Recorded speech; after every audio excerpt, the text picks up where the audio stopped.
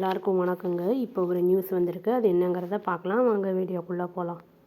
இண்டோரில் meeting ஒன்று நடந்திருக்கு. சுங்குவார் சத்திரம், அதாவது காஞ்சிபுரம் டிஸ்ட்ரிக்டில் சண்டே அன்னைக்கு நடந்திருக்கு. அதில் டிவிகே சீஃப் விஜய் ஒரு சில விஷயங்கள் சொல்லியிருக்காரு. அது என்னென்னு பார்க்கலாங்க.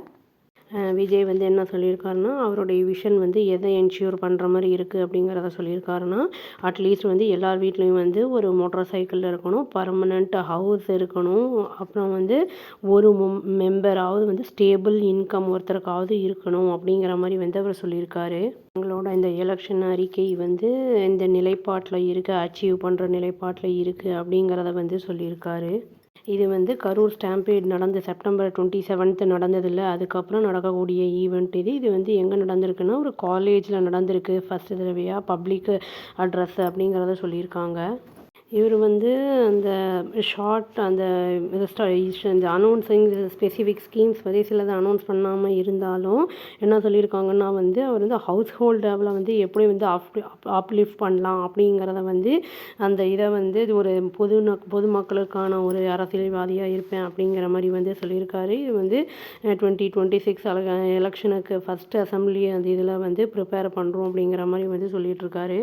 என்ன ஸ்பெசிஃபிக்காக சொல்லியிருக்காரு அப்படின்னா, விஜய் இந்த எம்ப்ளாய்மெண்ட் அந்த ஆப்பர்ச்சுனிட்டிஸ் எக்ஸ்பேண்ட் பண்ணப்படணும் அப்படின்னு சொல்லியிருக்காரு. அந்த வேலையுடைய அந்த வாய்ப்புகளை, அப்புறம் அந்த எஜுகேஷனில் இந்த ரீஃபார்ம் பண்ணணும், அதை இன்ட்ரடியூஸ் பண்ணப்படணும் அப்படிங்கிறத சொல்லியிருக்காரு. அப்படி பண்ணும்போது எம்ப்ளாய்மெண்ட் இந்த ஆப்பர்ச்சுனிட்டிஸ் யூத்துக்கு கிடைக்கும் அப்படிங்கிறதையும் அவர் சொல்லியிருக்காரு, கோடிட்டு காட்டியிருக்காரு. அவர் என்ன சொல்லியிருக்காருன்னா, ஸ்ட்ரெஸ் பண்ணி சொல்லியிருக்காரு.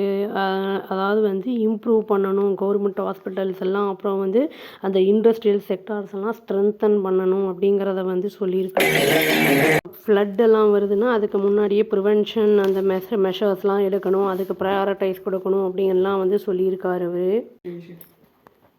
மெயின்டைன் பண்ணணும் லா அண்ட் ஆர்டர் அப்படிங்கிறதையும், அதுவும் கீ ஃபோக்கஸ் அப்படின்னு சொல்லியிருக்காரு. அவர் இன்னொரு விஷயம் என்ன சொல்லியிருக்காருன்னா, அந்த இன்சிடென்ட்ஸ் நடந்ததில்ல, அந்த கோயம்புத்தூரில் அந்த ஏர்போர்ட்டுக்கிட்ட கேங் ரேப்பு, அண்ணா யூனிவர்சிட்டியில் செக்ஷுவல் அசால்ட்டு, அந்த மாதிரிலாம் திரும்பி கண்டிப்பாக நடக்கவே கூடாது அப்படிங்கிற மாதிரி சொல்லியிருக்காரு.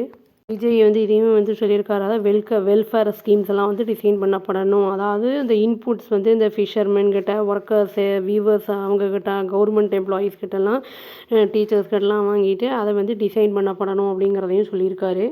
என்னோட உறுதிமொழி, இது கண்டிப்பாக இம்ப்ளிமெண்ட் பண்ணப்படும் அப்படிங்கிறத அவர் ப்ராமிஸும் பண்ணியிருக்காரு. இவர் இந்த சாண்ட் அந்த இதை பற்றிலாம் அந்த நார்மல் லெவலில் எடுக்கிறத விட ஜாஸ்தி எடுத்துருக்கிறது, அதை பற்றிலாம் பேசியிருக்காரு. அப்புறம் எங்களை நிறைய பேர் கிரிட்டிசைஸ் பண்ணியிருக்காங்க. பட் நாங்கள் அதை முறியடிப்போம், அந்த கிரிட்டிசைஸ் பண்ண பேரை முறியடித்து காட்டுவோம் அப்படிங்கிறத சொல்லியிருக்காரு. இப்போ எலெக்ஷன் வருது. அதுக்கப்புறம் இவர் யார் வின் பண்ண போகிறாங்க, எப்படி போக போகுது, என்ன ஏதுங்கிறத இனிமேல் வெயிட் பண்ணி பார்த்தாதாங்க தெரியும். இவரோட ப்ராமிஸ்லாம் கொடுத்துருக்காரு. பார்க்கலாம் வெயிட் பண்ணி. அவ்வளோதாங்க. Thank you. Please do like, share and subscribe our channel and click the all option and press the bell icon. Thank you.